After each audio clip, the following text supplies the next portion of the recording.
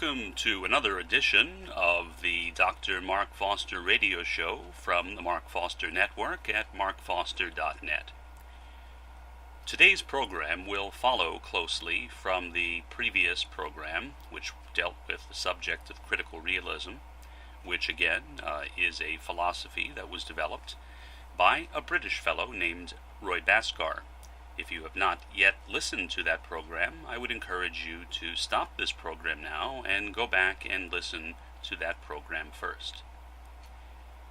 As I mentioned in the previous program, the basic idea of critical realism is that there are three basic levels of reality.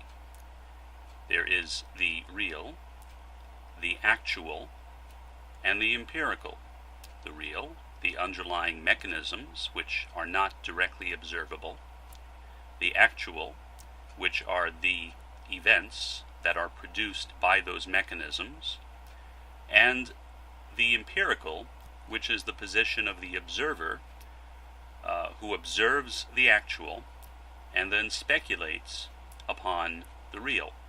From a critical realist standpoint, there is nothing wrong with speculation.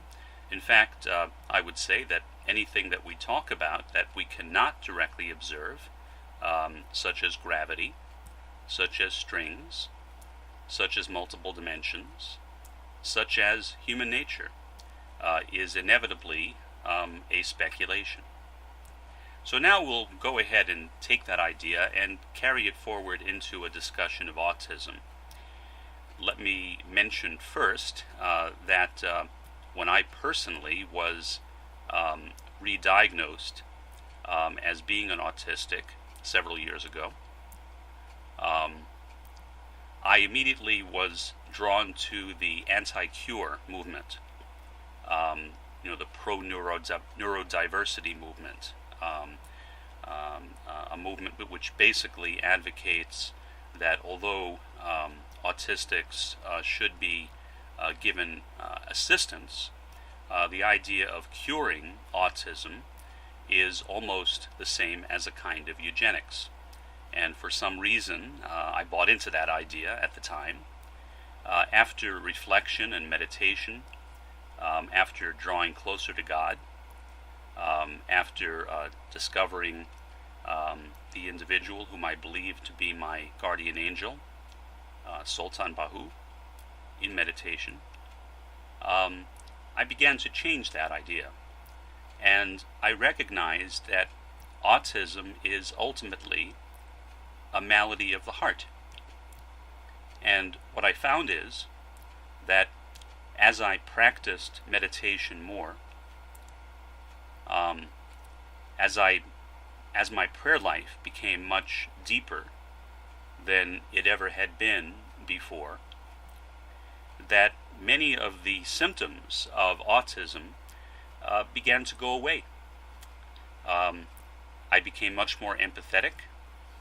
I began to just genuinely care for people, something that I never really had experienced before. In the past, I had always had some idea of what empathy was, but really, I intellectualized empathy. Empathy for me was basically a kind of mind game. I remember as a kid, for example, and I'm now almost 57 years old, so no longer a kid, but as a kid, I used to think about how I really did not love my parents, and how I really did not love anybody. And I couldn't figure out what was wrong with me. At that time, I didn't have the diagnosis of being an autistic.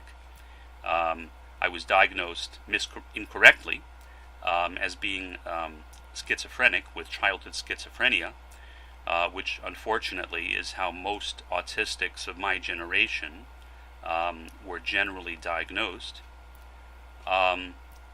So any concept of the basic symptoms of autism as involving an absence of empathy simply never occurred to me.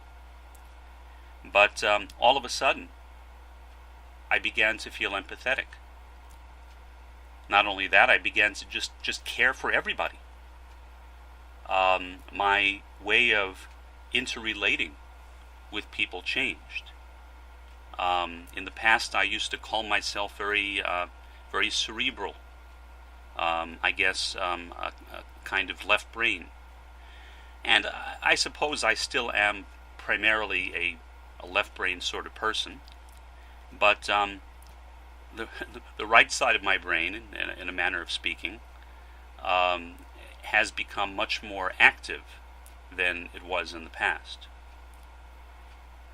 So basically, now going back to critical realism, I discovered a kind of emancipation, a kind of non-duality, a kind of unity. I discovered co-presence, the cosmic envelope, all those things that Roy Bhaskar refers to. Co-presence, that literally I felt as though I was with other people, that I was present with other people, that I really wasn't separate from them, and it was a genuine feeling, and I recognized that that critical realism, which is a philosophy that I had accepted about 8 years earlier, but had rejected in favor of social constructionism, was actually the closest I had ever come to accepting any position aside from my religion, the Baha'i faith, which spoke directly to me and to my needs. And Roy Bhaskar says that any journey of emancipation will lead inevitably to the cosmic envelope. In other words, to non-duality, to unity, or to co-presence. And I had discovered that myself. And I thought about it, and I realized that having discovered this new level of emancipatory experience, I was being dishonest with myself in being a part of the so-called neurodiversity anti-cure movement. Now, that's not to say that I think that autism itself should be rejected. There are, I feel, many fine aspects of autism, including the logic that autistics often have, the ability to concentrate on a single subject for long periods of time, and finding that process to be enjoyable. That also, I think, is a very positive aspect of autism. But the lack of empathy is not positive. And I recognized that. And once I saw empathy or felt empathy, I simply couldn't go back to that movement. Otherwise, I would simply have been lying to myself. It was very difficult. The people in that movement appear to have more or less cut me off, which I don't blame them for. I expected it. In other words, I was on some of those anti-cure email lists. They simply removed me from those lists when they saw my postings on my blog where I was expressing these new ideas, and that's fine. I don't hold it against them. I understand anybody who believes in something and working toward a goal. You want to surround yourself with people who share your point of view. However, I simply felt as though I had to be fair and honest and direct with my experience, and with the fact that I had returned to critical realism, that I had discovered my dear guardian angel, Sultan Bahu, a long-deceased Punjabi Sufi, and that through my experiences with Hadrat Sultan Bahu, Hadrat is like saying in his presence, in his sacred presence, Sultan Bahu, I had become a lover of God. This is Mark Foster, looking forward to speaking with you on my next program.